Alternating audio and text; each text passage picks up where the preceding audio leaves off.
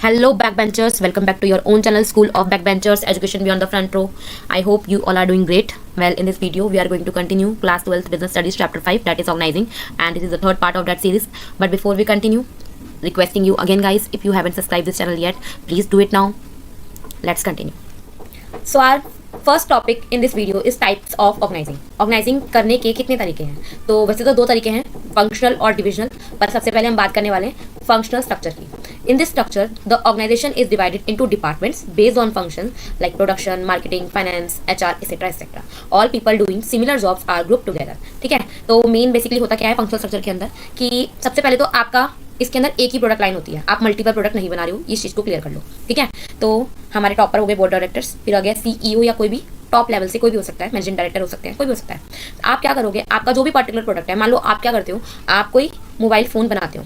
ठीक है, आप एंड्रॉइड फ़ोन बनाते हो, तो एक पर्टिकुलर मोबाइल फ़ोन बनाते हो आप, तो आपने क्या किया, आपने डिफरेंट डिपार्टमेंट्स इसके लिए बना दिए. जैसे आपने सेल्स एंड मार्केटिंग के लिए एक डिपार्टमेंट बनाया, प्रोडक्शन के लिए एक बनाया, ह्यूमन रिसोर्सेज के लिए एक बनाया, अलग बनाया फाइनेंस के लिए, research and development and purchasing, सबके लिए सेपरेट बना दिए. और ये लोग जो हैं अपने काम को करने में एक्सपर्ट है. ठीक है, अब सेल्स के अंदर फर्दर कुछ डिपार्टमेंट्स आ सकते हैं, है ना, जैसे फील्ड सोर्स फोर्स हो गया, या ई कॉमर्स, या डायरेक्ट सेल, या कस्टमर सर्विस, या प्रोडक्शन के अंदर पहले कंपोनेंट्स को मैन्युफैक्चर करना, फिर उन पर्टिकुलर कंपोनेंट्स के साथ एक साथ में असेंबल कर आपका एक सिंगल प्रोडक्ट बनाना. और तीसरा, अगर क्वालिटी कंट्रोल करना है तो वो भी प्रोडक्शन में ही आएगा. प्रोडक्शन जो है पूरा प्रोडक्ट बनाने का काम कर रहा है, तो लास्ट में क्वालिटी कंट्रोल करने का काम भी, चेक करने का काम भी उन्हीं का ही होगा. ऐसे ह्यूमन रिसोर्स हायरिंग करना, रिक्रूटमेंट करना, ट्रेनिंग करना एम्प्लॉइज की, है ना, ये सब चीजें ह्यूमन रिसोर्स के अंदर आ जाएंगी. फाइनेंस के अंदर मैनेजमेंट अकाउंटिंग भी हो सकता है, फाइनेंसिंग अकाउंटिंग हो सकता है, या कॉस्ट अकाउंटिंग भी हो सकता है.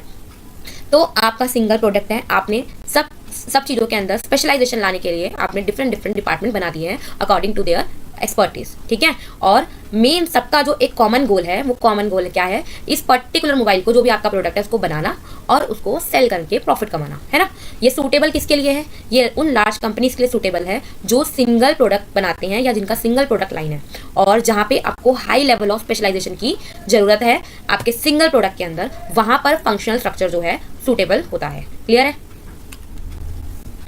नेक्स्ट है, ये जो फंक्शनल स्ट्रक्चर हमने पढ़ा, इसकी कुछ एडवांटेजेस भी है और कुछ डिसएडवांटेजेस भी हैं. तो सबसे पहले बात करते हैं हम एडवांटेजेस की. स्पेशलाइजेशन लेकर आता है, वो तो हमने इंपॉर्टेंस ऑफ ऑर्गेनाइजिंग में भी पढ़ा था.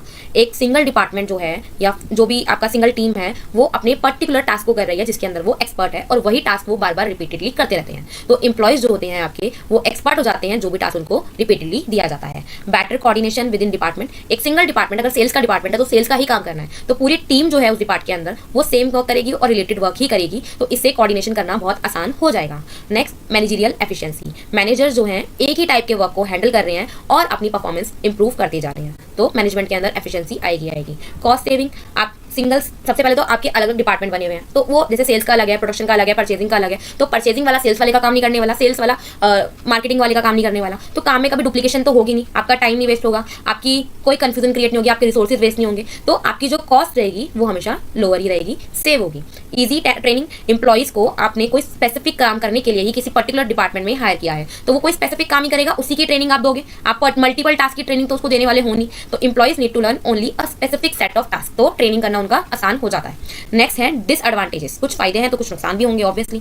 Department first attitude. Department heads में focus more on their own goals than the companies overall goal. क्या होगा कि एक पर्टिकुलर डिपार्टमेंट है, जैसे सेल्स वाला है, तो उसको इससे कोई लेना देना नहीं होगा कि प्रोडक्शन वाले ने जो प्रोडक्ट बनाया है वो ठीक तरीके से बनाया है या नहीं बनाया है, उसने अपने प्रोडक्ट के अंदर क्वालिटी चेक किया है या नहीं किया है, अच्छी क्वालिटी दी है या नहीं दी है, वो प्रोडक्ट जो है वो मार्केट के हिसाब से सूटेबल है या नहीं है. उसका काम है सेल का, तो वो सेल पे ही ध्यान देगा, वो ध्यान नहीं देगा कि क्वालिटी प्रोडक्ट मार्केट में जा रहा है नहीं जा रहा. उसका काम सिर्फ सेल्स बढ़ाना है, वो सेल्स बढ़ाएगा. ऐसे ही मार्केटिंग वाले का काम जो है वो मार्केटिंग करना है, प्रमोशन करना है, अपने एडवर्टीजमेंट करना है अपने प्रोडक्ट की, है ना. उसको कोई रिलेटेड नहीं, उससे कोई रिलेशन नहीं है उसका कि प्रोडक्शन वाले ने अच्छा प्रोडक्ट बनाया नहीं बनाया, या सेल्स वाला ठीक तरह से बेच पा रहा है कि नहीं बेच पा रहा है, रिसर्च एंड डेवलपमेंट वाले ने ठीक से रिसर्च किया है कि नहीं किया है. मार्केटिंग वाले को सिर्फ प्रमोशन करनी है, इस तरीके से ऐड बनानी है कि उसका काम ठीक तरीके से हो जाए. तो जो ओवरऑल गोल है कंपनी का, उस पर कोई इतना मेजर ध्यान नहीं देगा, सब अपने अपने हैट्स पे ही फोकस करेंगे, तो ये प्रॉब्लम भी हो सकती है. Poor coordination between department. अब जैसे हमने एडवांटेज में पढ़ा था कि एक डिपार्टमेंट जो है उसके अंदर सेम टाइप का वर्क हो रहा है, वहां कोऑर्डिनेशन ईजी होगा team with in the team,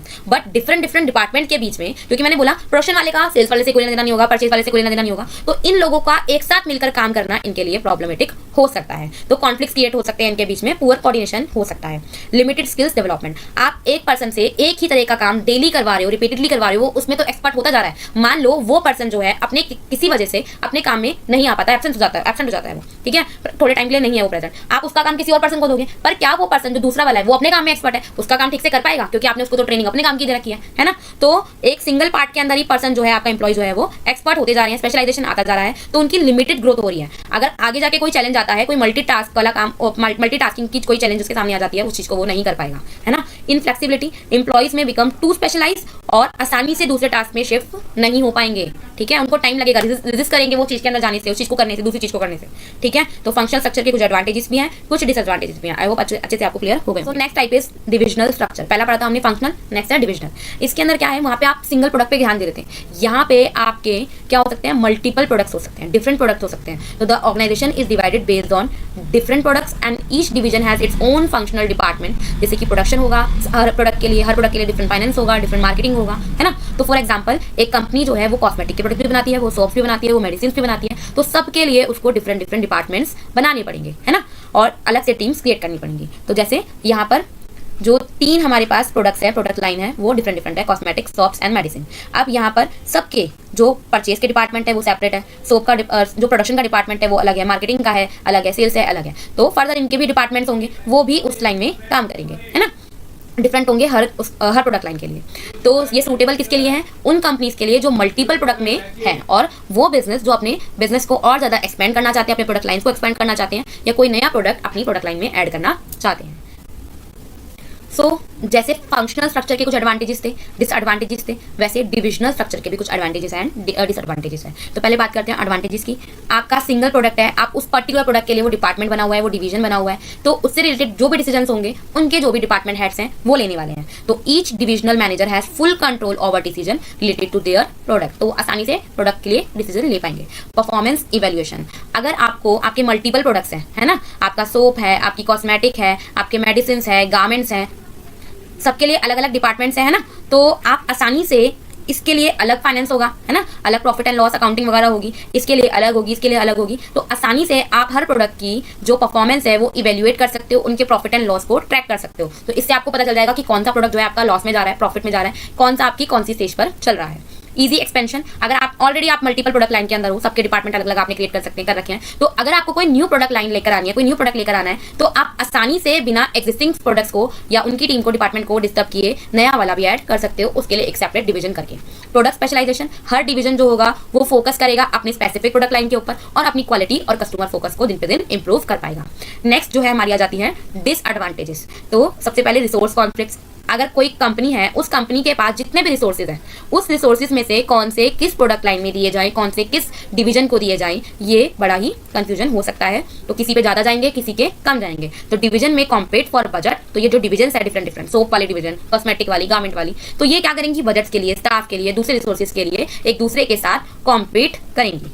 duplication of effort, her division के अंदर सेम डिपार्टमेंट्स है, इसमें परचेजिंग इसमें भी है, इसमें भी है, इसमें भी है, इसमें भी है, तो आप सेम चीज को करने के लिए सेम स्टाफ बार बार रख रहे हो, रिपीटेडली कर रख रहे हो, तो आपकी जो कॉस्ट है वो इंक्रीज होती जा रही है। नेक्स्ट सेल्फिश बिहेवियर, डिवीजन जो होंगे वो क्या करेंगे, अपने प्रोडक्ट पे फोकस ज्यादा करेंगे और ये कोशिश करेंगे कि दूसरे प्रोडक्ट से आगे निकल सकें, बट अल्टीमेटली कंपनी तो एक ही है, उसको तो सारे प्रोडक्ट्स को मार्केट में ऊंचाइयों पर लेकर जाना है, हाइट्स पर लेकर जाना है ना, सब में प्रॉफिट कमाना है। लेकिन ये डिवीजन अपने प्रोडक्ट को अच्छा दिखाने के लिए अपने ही दूसरे प्रोडक्ट से, सेम कंपनी के दूसरे प्रोडक्ट से कॉम्पीट करने की कोशिश करेंगे, है ना, उनको बीट करने की कोशिश करेंगे, तो कंपनी का ओवरऑल बेनिफिट तो इस चीज के अंदर हो नहीं पाएगा, ठीक है।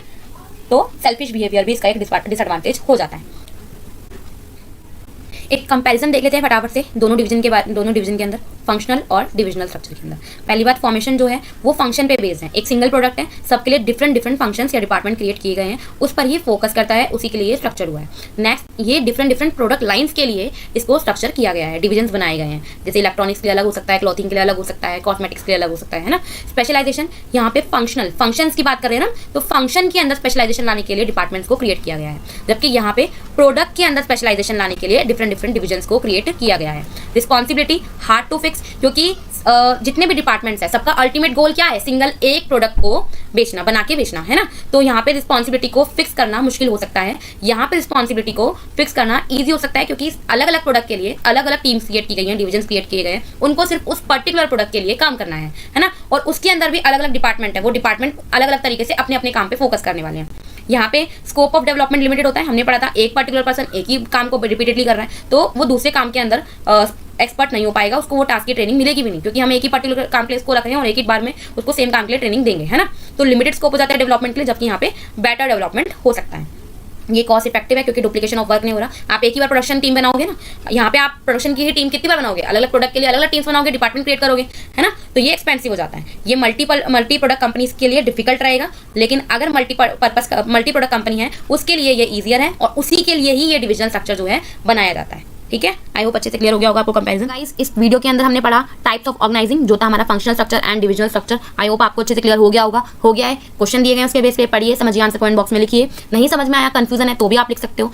और मिलते हैं नेक्स्ट वीडियो में, नेक्स्ट पार्ट में। और अगर आपने चैनल को अभी तक सब्सक्राइब नहीं किया है, प्लीज़ सब्सक्राइब कर लीजिए, वीडियो को लाइक कर लीजिए और फीडबैक दीजिए, ताकि अगर कोई इंप्रूवमेंट की जगह है तो मैं अपनी वीडियोस को और ज़्यादा इंप्रूव बनाऊँ, आपके कॉन्सेप्ट को और आसानी से और बेटर तरीके से और ईजिली क्लियर कर सकूँ। मिलते हैं नेक्स्ट पार्ट में, तब तक के लिए बाय।